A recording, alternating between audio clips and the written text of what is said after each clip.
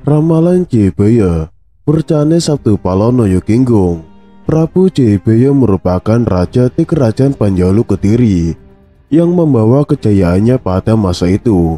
Ramalan Jayabaya kerap dikaitkan dengan peristiwa faktual masa kini, mengingat beberapa ramalannya benar-benar terjadi.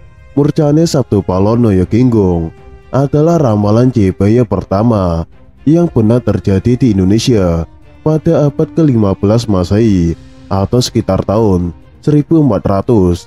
Berikut fakta ramalan Jayabaya Murcane Sabtu Palono Yoginggung. Ramalan Jayabaya pertama yang terjadi di Indonesia, Murcane Sabtu Palono Yoginggung. Kisah Majapahit memeluk Islam. Sri Aji Jayabaya yang hidup pada abad ke-12 Masehi memprediksi agama Hindu-Buddha berkembang 1000 tahun di Nusantara, beserta kejayaan bagi kerajaan yang memeluk agama tersebut. Seiring dengan perkembangan Hindu-Buddha di tanah Jawa dan Nusantara, juga lahir pula seorang utusannya, pembawa Islam pada 571 Masehi di Mekah, yakni Rasulullah Shallallahu Alaihi Wasallam, sang penerima firman Allah Subhanahu Wa Taala, tersusun dalam Al-Quran yang Maha Suci, didampingi hadis Nabi yang dimuliakan. Menurut buku ramalan Jayabaya, ini usai 1000 tahun berkembang Hindu-Buddha, maka sudah pada tempatnya giliran bagi yang lain, yakni akan digantikan oleh Islam sebagai agama negara bagi kerajaan di Jawa dan Nusantara. Sri Aji Jayabaya juga menyatakan Dang Hyang Tanah Jawi, Sabtu Palon, dan pendahulunya Yoginggung akan murca dari Marcapada selama perkembangan agama Islam pada abad ke-15 Masehi atau 1400-an, yang ditandai dengan bangkitnya kerajaan Islam di Jawa. Sabtu Palon tidak akan mencampuri Islam dan perkembangannya di Jawa dan Nusantara demi membuat manusianya jadi manusia seutuhnya, komplit dan sempurna. Maka terimalah sudah menjadi takdir kerajaan Hindu-Buddha yang gemilang Majapahit berganti kerajaan Islam pertama di Nusantara, Demak. Sayangnya, karena baru berdiri, kerajaan Demak yang tidak memiliki angkatan laut sekuat Majapahit harus berhadapan dengan kekuatan unggul dari Eropa, sehingga hanya dapat sedikit menahan masuknya pelaut bersenjata Portugis. Bahkan Portugis berhasil memasuki Nusantara tanpa menemui lawan tangguh di medan laut.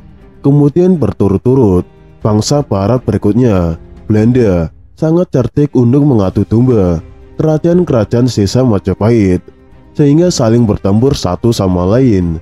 Selanjutnya Belanda tinggal memetik hasilnya, yakni menguasai kedua belah pihak dalam segala hal, terutama mengandalkan keunggulan kekuatan laut dan persenjataan maju yang berhasil dikembangkan Eropa, mesiu atau senjata api, mulai ukuran senapan hingga meriam. Dengan demikian, kekalahan kerajaan Islam terhadap gemburan bangsa Eropa bukanlah menjadi tanggung jawab Dang Hyang Tanah Jawi, Sabtu Palono Yoginggung, dan andai kata kerajaan Islam atau negara yang menjunjung Islam memperoleh kejayaan, maka itu bukan melalui campur tangan sang pepunden Nusantara. Tiap-tiap masa, sebuah kerajaan bangkit dan hancur, mengalami hal yang sama dengan siklus bintang, dan semua kerajaan di Jawa mengakui Semar sebagai penguasa gaib dari dunia gaib, dengan kemampuan khususnya mengejawantahkan sebagai manusia biasa. Semar bisa berperan sebagai abdi, punakawan, dan bahkan penasehat utama negara. Tokoh ini selalu turut hadir bersama jatuh bangunnya kehidupan sederhana maupun sebuah pemerintahan rumit dalam kerajaan. Dan Semar yang terakhir dalam siklus perkembangan 1000 tahun Hindu-Buddha adalah Sabtu Palono Yoginggung, Majapahit yang jaya di laut dan di bumi selatan, sementara Tiongkok yang berada di bumi utara adalah pengimbang tatanan politik dunia.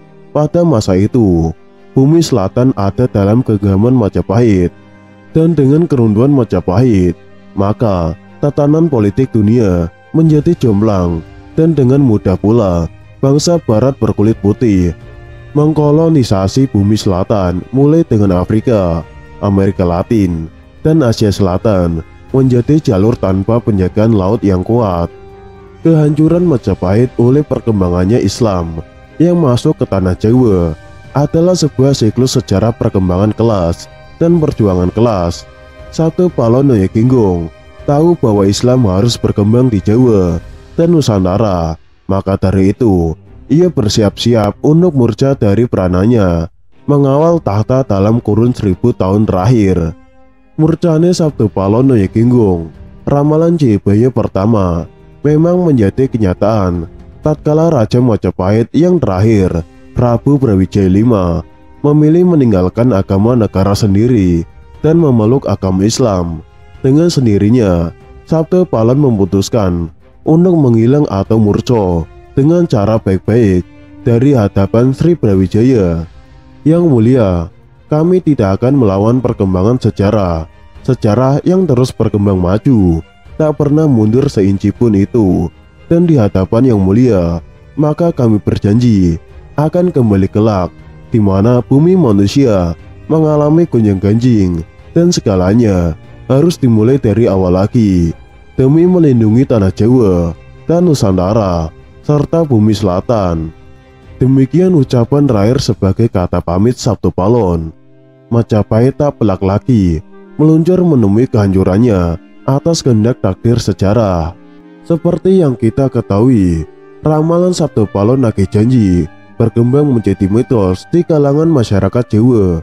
Dia adalah tokoh misterius yang dipercaya sebagai peramal ulung, sekaligus penguasa tanah Jawa. Ada banyak versi tentang sosok tersebut yang berkembang menjadi mitos bagi masyarakat Jawa. Sabtu Palon adalah tokoh yang sangat dihormati kalangan umat Hindu dan Buddha dan penganut aliran kejawen di tanah Jawa.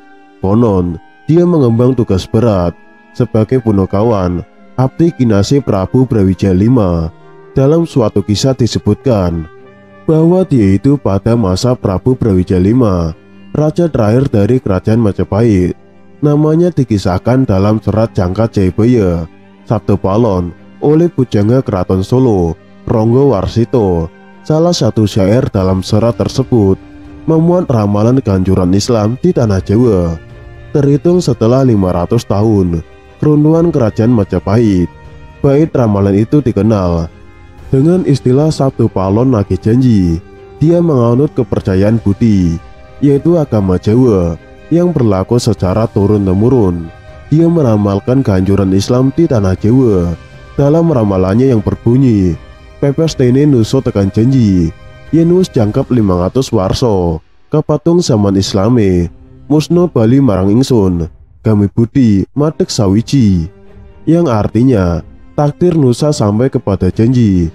Jika sudah genap 500 tahun terhitung zaman Islam, musnah kembali kepadaku, agama Budi berdiri menjadi satu.